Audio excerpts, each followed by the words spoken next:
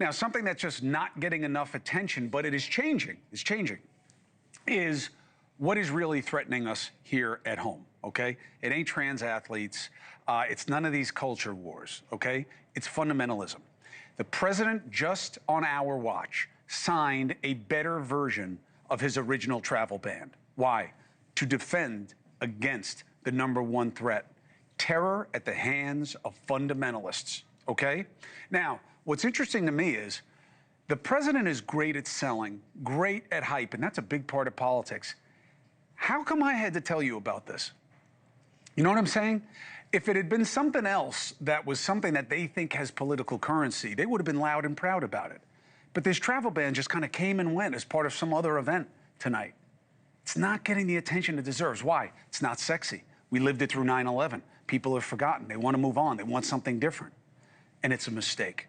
Whether it's extreme Islamists, which is the #1, Chinese smugglers, right, with this fungus that they tried to bring in here that we're going to talk about tonight, white nationalism. You hear about the bus that just involved the Army CID, the drug cartels.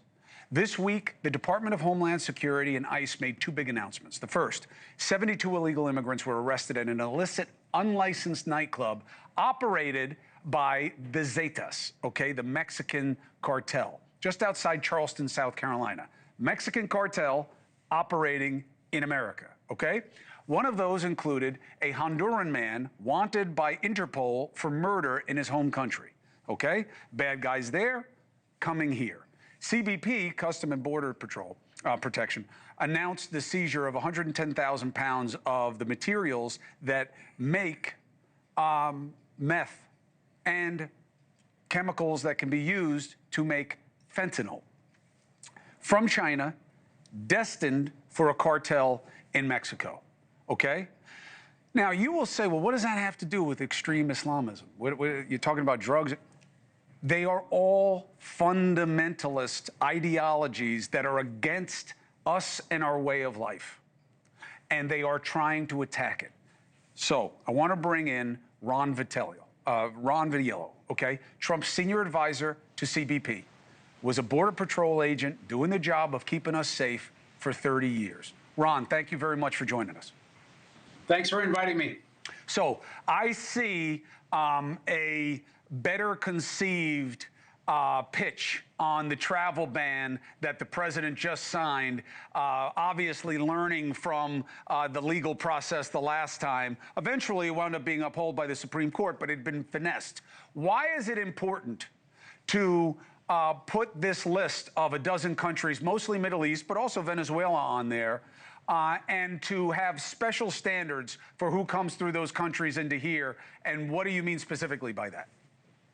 Well, there's experience here, right? We know that these countries fail to or do not have the ability to vet people that are asking for visas to come into the United States. So restricting that travel until they change their behavior, they change our access to their systems, all with the goal of making sure that people that are coming here deserve to come, have the ability to come, and then, you know, are not a threat to public safety or our life and livelihoods in the United States, especially when you're talking about this hatred, this ideology of the Islamists who, you know, that they hate people just because of what religion they are or where they come from in the world. And so we've got to keep that, to the extent possible, out of the country. We have way too much of it already here.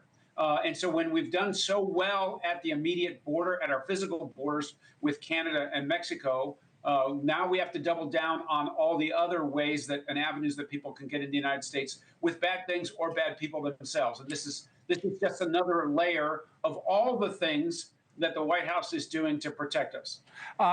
You guys get a lot of credit and recognition for what happens on the southern border, but they don't know that really it's not the biggest part of your job, right? Most of the people that wind up coming into this country illegally are overstaying visas. A lot of them are coming by airplanes, and you guys have to deal with that as well. And that's what this travel ban is trying to get, is that it's not that they're going to sneak across with a backpack. It's that they're going to fly here and maybe under false pretenses, and then once they're in, you'll never find them. Well, there's no doubt that we have to work on both threats, but you're right. The access to visas and travel into the United States needs to be restricted to the benefit of the United States, right? So travelers, tourists, people who come to study, et cetera, all those visa restrictions need to be imposed both on the front end. We have to vet and make sure that people say who are who they say they are, and they're not a threat to us as they're coming here, and that they comply with the terms of their entry into the United States. Thank you for watching. Subscribe below and download our NewsNation app right now on your phone, and you will get fact-based, unbiased news for all Americans.